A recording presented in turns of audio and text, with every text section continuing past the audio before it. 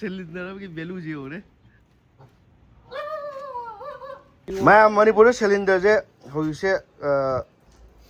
कहीं है तारे बुक तौर से लाना भी खोते यम तौ बने तो दुना सिलेंडर ऐडी लेगे फंग रहे उस गान से ऐडी यम तो लेते रहे तो दुना सिलेंडर से काहे लेगे हाय मतलब दा छिनुंग गई तान थी भाई तारे मोइरांग दा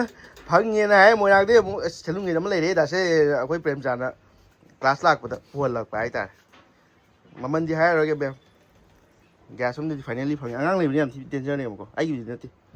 गाड़ी जिससे खाम बाई तारे तो गाँव जिससे सोलो फोटो थाम बाबा गाँव जिससे माना पोरक पता क्या वहाँ तो पोरक बाई तारे अहिंग माँ पूजा कर पड़े तो तिंगन लंबाई तारे कोई तो उसी तरह तुम बाद में याद रखो क्या है अहिंग हन चारिंग ये ना है बात हमारा पूरा हाँ जो पास क्या फंसा बन so ai ví dụ như chấp bằng này ở đây là mình sẽ photo sổ sâu thế thì lúc này được không phải frame tràn nè rồi đi phải anh nó qua frame tràn nó qua ai cần rồi mà chú phải dùng last của cái này hay cần làm video gặp cái course tôi được rồi mà cái course thì những người ta nó phải hay giúp program này vậy rồi nó khi sẽ có photo tôi thì mới là cái chân kia photo cao bây giờ thì cao với chất nhé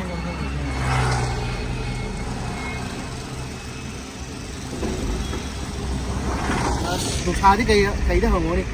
nutsadi pura mai ni ana huse ai jana ni truck man gì đấy không có yok sao không ở đây này truck man này đấy nhiều là đi thời đi có được thế à tiền xiên chắc chỉ có gan thế này ở đây này có yok tới này mà thà thà đâu ở đó mà hầu như quên cái này em dục lấy rồi ngoài này hai đứa cái em này đều bảo có dùng như online đó mà nghiên cứu có RAM mà mình là cái hard disk mà mình phải hàng cái là này bảo nó dùng video card bảo cái gì à cái issue mà là cái đó 4K card đó hay đi storage tổng nó bây giờ mà thả sai đó wedding cái chung này wedding cái package mà mình tìm được chuyện này rồi đấy tôi đây thì 4K pam bây giờ nó sinh giáo này cái full HD pam giáo này nên 4K cao cái cao cái maximum 500 GB khai này nhưng waiting on the sao rồi đó là issue đấy đó ngàn gì hard disk mà lấy cái nhiều không cái này cái 17 thằng mấy trăm bữa 17 lấy bên này rồi chứ on the way bị lấy rồi đó quả tí đấy là xong lấy rồi đó quả tí đấy cái không mà xây sang cái trang mà này Manipur đó ai tại đó là hầu như ở đó lấy rồi đó là ai có thể bắt cái gì đấy sao cái sale sẽ cái này 20K plus lấy rồi hầu như post đấy đó là ai lấy mà mình đây một thằng hai mươi là bởi vì cái số lấy đi trả rồi đó lấy được đi à tập đi này số lấy tập đi nó còn 60 people lấy cái này đó là thà phát cái xa đấy phát một tăng cái nó không thì middle east land đầu với là không gì hard disk mà mình hiện lên rồi gì ôi cái hiện tại bài thì graphic card cái mình hiện tại bài tôi storage thì bằng cái này ai mà số mà cái nó thua là cái gì cái memory card ai nó cao đấy, sẽ thuê một chiếc xe, cái chiếc xe lấy gì vậy mình có cắt gì, hầu như lấy cái này mà tầm đây sẽ thuê thâu lên something mẹ lấy cái, đấy là chỉ bao lấy cái gì, cái đấy là đi one two chỉ biết lấy nó là chạm này phải thay đổi này cái mẹ không thể, tập cái program này làm gì, ôi xe, tôi sao mà phải học xe sao mà phải học xe, tôi có hai giờ này học xe cái em nói qua đi cái trung tâm mà là phải lấy mày ăn làm gì lại phải làm cái chung khăn này còn ai đi môi răng cái gì đúng 45 minutes tới nhiều rồi đã thâu rồi gì mi khăn này cũng mà chẳng nghe cái anh thở đi vài chân làm tí nữa quy này làm là chẳng hạn là bị nôm này đó nét gì cặp chắp bắt nó rồi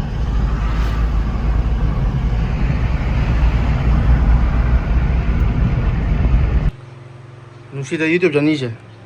스마일 도가 레코드 마사 마사 좀 코지 많이 걸어 키네요 거 많이 시 마이크로폰 제 얌나 시네 얌 깐나 cái này 얌 thà bây giờ mà thâu ta thì bảo cái quality maintenance đâu bộ tổ tôi này bảo so với xoài nó chắc long thì nhận cái đi xí chế xoài nó pha long thì nhận cái đi đây đây cái mua ngang một tạ rồi bảo xoài đâu là lâu rồi ở tôi đi ra ê 얌 나나 lâu qua này mai xong xí chế professional sau này có những cái sự là xin nào tôi có hay đi nãy cái người cái trong đó là hay tại có à tôi đi ra yam pick là yam nana là mai tại mai à giờ bấm lại ra đó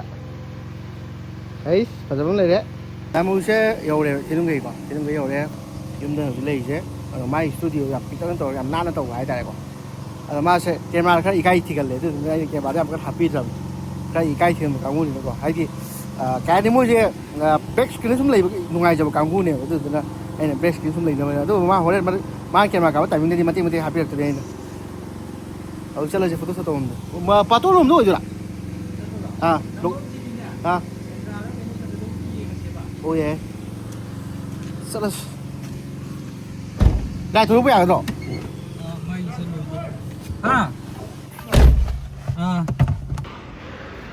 asi numai ji uki dese mai mari ji ko ai video ha pake ho mari ni na mai ki mari ji ne ai tin nei wa ne ai chúng là số cái điểm mà pin thì quay number one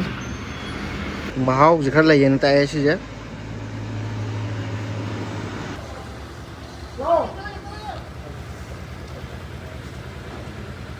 nó máy chưa kinh đầu lại phải đi làm sao nó cắt cáp đi lắp này cáp vào tung hao có gì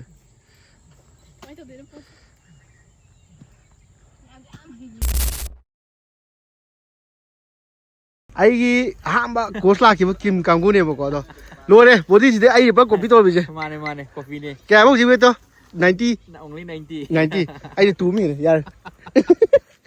how is dress traditional ke hai to santai artistic je post ai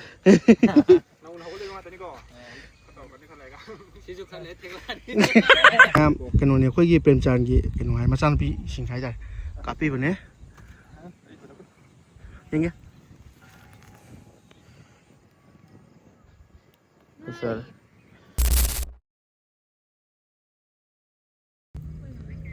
prem chan kan copy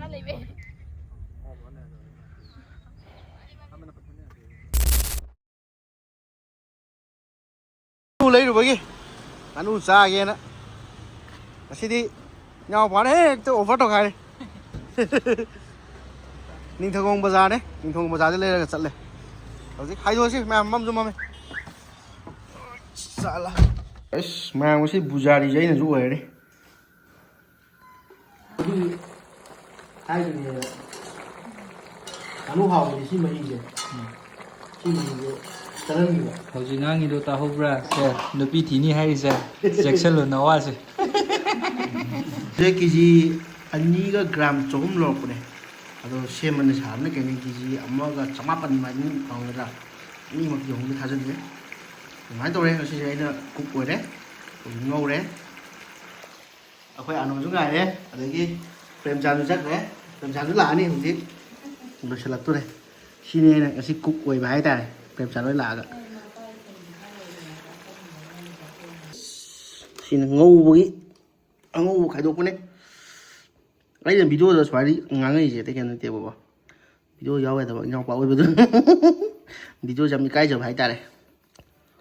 thật ra đấy ship sẽ đi xin nữa cái gì nó sẽ cáp của mẹ rồi cái post production làm đó là nên năng cáp là ní nên năng được spoil sẽ một phong ta năng nghe mà class tôi rồi kitang kuiji ma jo wali hadi me ang wali du da jo hana kap photo yana tamni photo han lo chan bane ado video tamni ne ko adu e mam swai to ko ai class to wo ge je ya man dum ai class to bai ai class to pa ta lok te ai ge dum ti mo ne dum collaboration to kan mu chan min ai ta adu na ma su lo ga dum mai ge ga to to ne no mam ko ge si studio hai ta ko ge min pa la ge dum su ka tin nó bên dàn gì cái đấy studio này mai gì cái nó sẽ phải gì YouTube kia để sử học phong kiểu và đồng bào nó CP cái gì hay tại bào nó CP đó nó follow untuk sambil mau dulu file anak pergi hay tại thì nó cái gì cái đúng order hay bị anak pergi hay tại kok ai cũng ra zoom hay bị cái cái itu mau cái pun waktu mình đó này atau memang anak orang tahu pun memang sebut mình sẽ tung cái sebut mình sẽ memang udah hay đi hay sao hay tại mà em vui xe khôi sao sao bây giờ một thèo với anh mình nhau bạn mà thịt lười